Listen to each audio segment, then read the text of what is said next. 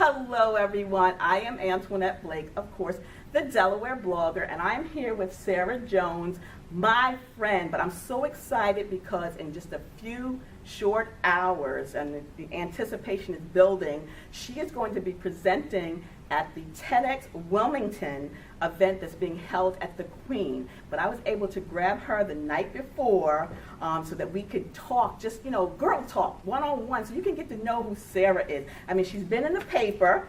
That's how I got a sign. She's been in the paper. There's articles all over. She sent me this press release. Girlfriend is doing it, but I am just here because she's my friend.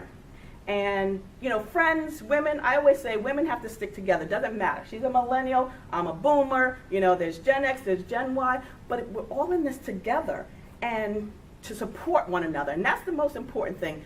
Ladies, men, everybody, we just have to support each other. When we see each other on Facebook or on, you know, Instagram or Twitter, don't get jealous.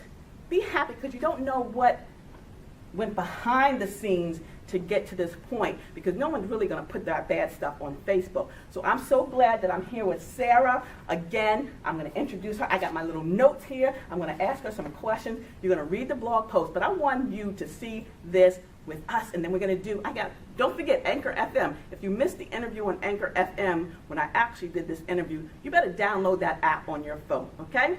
So we're going to get started. So this is my friend, Sara Jones. Hi. How are you? I'm great. And I want to talk to you. Like I said, she's in the paper, and if you want, I will leave the link to the News Journal article that was on July 23rd. She's a fashionista.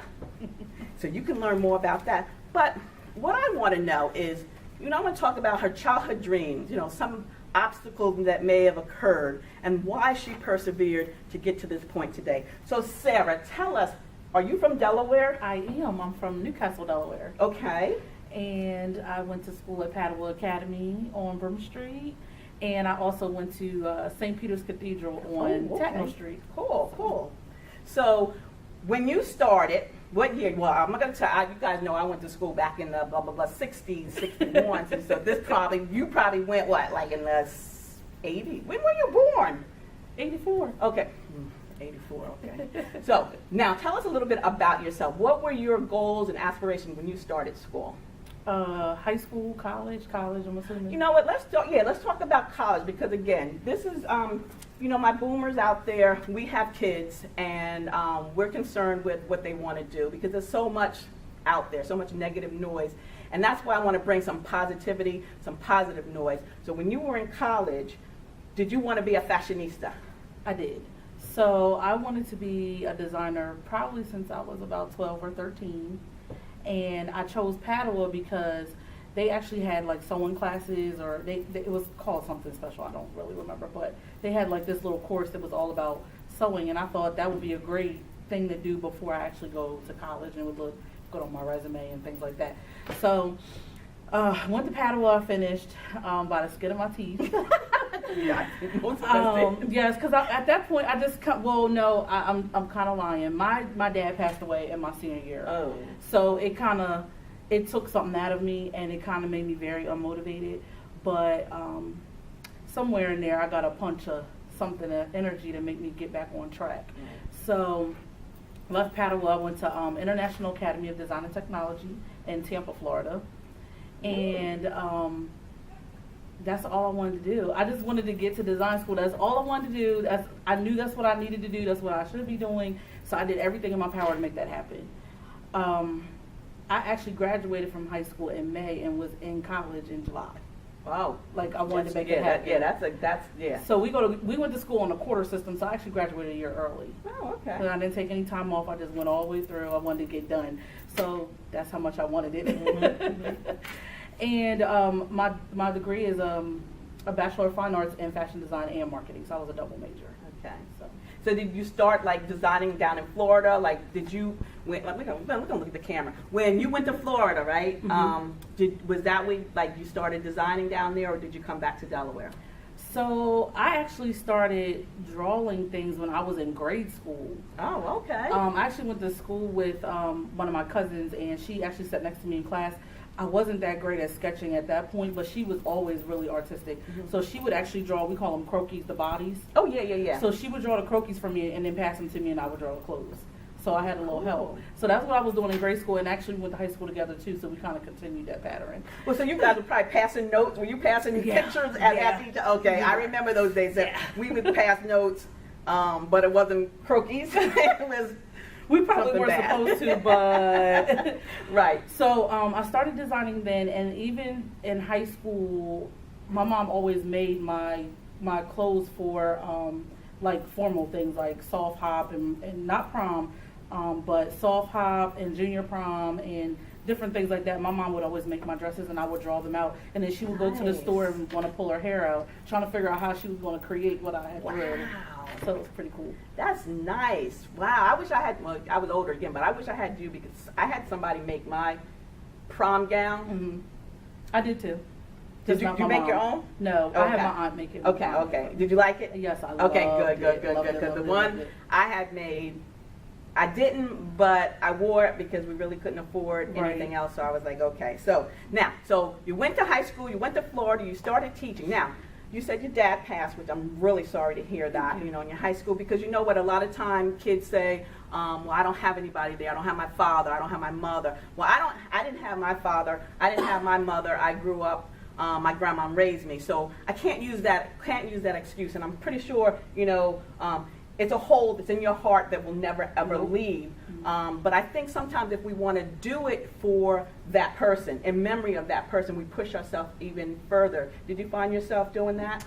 I did, because I knew that my parents both worked very hard, and just the thought of letting them down, even though not physically being here, letting him down would just been like terrible. That's not what he would have wanted for me anyway. He would want to see me succeed. So it took a lot, but you push through and you figure it out. And, I've noticed that a lot of times lately I've been talking about legacy, and I just talk about how much my family as a whole has left such a great legacy for me because, my mom is an entrepreneur. My dad he owned his own business. He didn't work for somebody else. He had a cleaning business, a window cleaning business. And my mom's dad owned a convenience store and restaurant on the east side of Wilmington. Wow. And then his brother, who was my uncle Skip, he was the first black printer in Wilmington, Delaware. So, so you got the lineage. Yeah, your legacy is like in your blood to be an entrepreneur. Yep. So it was only natural for you to do it. Now, she's also an author. I mean, she has a book. Tell them about your book because, ladies, gentlemen, what holiday are we coming up on? Well, you can buy it now and save it for that's right, just for no reason. We actually have a TEDx sale going on. Oh, okay, cool. And we gotta make sure that I leave the link so that for the people that are not in Delaware, they can order your book. It'll be perfect for just giving to your kids or your for the holidays, whatever it is. So this is great. So having said that, I'm pretty sure that wanting to be an entrepreneur and being an entrepreneur is two different things. There had to be some other obstacles that presented itself. You want to tell us a little bit about that? So I actually explore these topics a little bit in my talk. Okay. So we won't give away too much. I won't give away too much. Give away too much. But being albino, you do have a visual impairment. Some people's are more severe, some are more lessened. But in that, it does affect your eyes, and I don't drive. And so, getting around, I hate depending on people. I kind of just want to go do what I want to do And, it's really hard. It's always been that way. But, what I can say is that it was an obstacle, but I always found a way. I always figured it out. And I have a great support system. My family was really great at helping me through that. And then living in New York was always great because you just jump on public the train transportation and be out. Exactly. It's real easy then. So it was an obstacle. And even, in school with having a visual impairment, looking at the board, the chalkboard, things like that. But my teachers were amazing. They were very accommodating. They had extra notes on the side for me. So, because I didn't want to really bring any extra attention to myself that I didn't have to bring. So, it worked out, Shout out to all our good teachers out there. Because, absolutely. Whoever Sarah had, you contribute. You should be proud of the product. Absolutely. And that's, I love teachers, good teachers. And students, listen to the teachers because they know a little bit more and they'll help you, if they see that you want to be helped. So that's a great story. Great teachers. And from elementary school on up. all the way, all the way. All my teachers at St. Peter's. All right, in college they was all right too. No, they were great in college too. I had some. My husband, I'll tell you, we had one and two that was like, really? I have to. No, when I look back on it, I think that some of my teachers were a little extra hard on me because they knew the potential. But you know, you gotta push through. I mean, sometimes you get a little lazy. I don't encourage that, but you know, you're a kid. You trying to push the envelope anyway. Right, exactly. But I think all my teachers were awesome. Good. All of them were awesome. So you turned some obstacles. Again, we're not going to really get into it because you have to listen to her TED Talk. And I'm thinking, are this going to be videotaped? Can people buy it or something, anything like that? It's videotaped live, and there's a live link. Oh, okay. That you can stream live, but I don't have the link. Okay. Yet. Well, it's going to be streamed live, but you're going to be watching this video before you hear her. And hopefully I'll have that information for you. I'll put it, you know, whenever I get it, because I have to work that day, so I'm not going to be able to go. But got my fingers crossed, and I just can't wait to hear all about it. Now, I know, like you said, you have some supporters, and we all need a support system. Absolutely. I'm not going to put anybody on blast, so I'm not going to say who was your best supporter, who was your least supporter, but just tell us who some of the people were that were really supportive of you and your endeavor. Gosh, the list seems so long. Okay. But okay, Write it down. of course, my number one supporter, you know, currently obviously is my mom. Always has been. I love her always mom. Gonna be. Obviously my dad, you know, he's deceased, but I do feel like even my family members who have passed on are still behind me 110%. So. My husband, obviously, because I drive him up a wall with all the crazy ideas and things I want to do, he just shakes his head and just comes along with it. Yep, yes, honey. Yes, honey. Yeah, he's just like, okay, this girl. So those would definitely be like my top three. But some people who have always like rode for me, and I say like ride or die. Right. Is my Aunt Carolyn, my Aunt Helen. She's like my big sister, Pierre Angeline. There's a couple, Miss Ioka and Mr. Majet. They're like my adopted aunt and uncle. So all of those people, they've been behind me like 110%, probably since I was a child. Good. And they still support me and still do things. It's just amazing. Yeah. So I feel like I was blessed with a great village. Awesome. And she's got some great friends. Yes. We're not leaving any of them out, but I've met through her. I've met some great women. I'm not going to try to shout them out because sometimes I have the boomer blooper and I mess up a name or forget a name, so I'm not even going to go there. But I've met so many nice women in the state of Delaware through Sara and some of her events, and I've supported her. She supports me. And again, I'm just going to come back to that support system because you put out positivity, you get positivity back, and that's why I'm here with her tonight. So, lesson. What lesson, if you had to leave a lesson to our viewing audience, to the people that's going to be reading this post, to the young women that are coming up that may feel as though they have obstacles, you know, like you had mentioned, you're an albino, but that was not something that, you know, should have stopped you. You have the vision impairment, but that's not something that should stop you. You lost your father at a young age, but that's not something that should stop you. And I'm pretty sure there's other things that you can talk about. Oh, yeah. But, you know, when you have a goal in mind, you know, you have to continue. And again, the support system is prime. So what else could you tell our young people or my people how to continue? You know, when you have obstacles, what do you do? So many lessons at such a young age. But what I have learned is that you have to, number one, first and foremost, believe in yourself. No matter what noise or naysayers or haters or whatever you want to call them, whatever's going on around you, at the end of the day, that's a distraction. You really have to really maintain focus, stay focused on that end goal. And when you think you can't do any more, do a little bit more. It sounds really ridiculous, but there's times where I'm tired and I don't feel like it. But if even when I do a little bit, and then I can see how far that is taking me, it makes me want to do some more. So it's kind of like self-motivation, but when you can't do any more, when you don't think you can do any more, do a little bit more.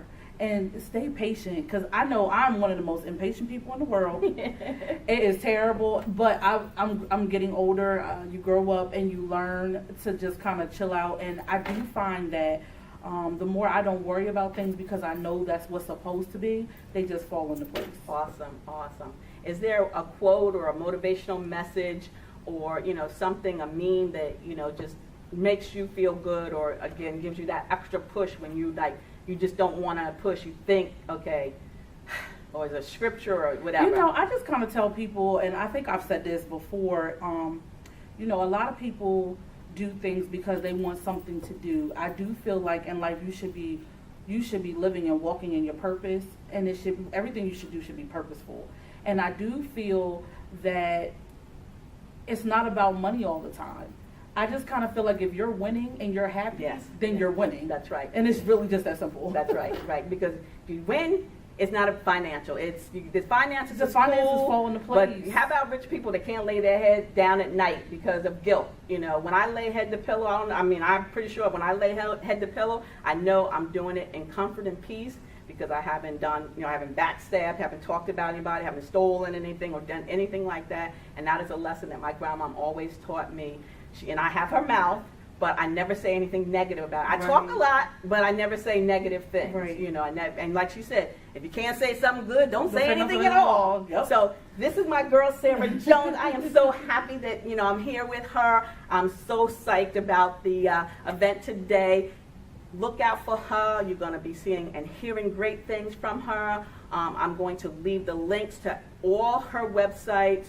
And I'm going to give you the link to the podcast. I interviewed her, I guess, last year, early part of the year when I first started. See, I said she was supporting me from the giddy up and starting. Actually, September will be a year. Oh, yeah. So it'll be 1 year since Wow, my it's been that podcast. long. I know, right? Wow. So, Sara, thank you. Thank you. So very much. I appreciate you. I appreciate everything you. that you do. And follow her.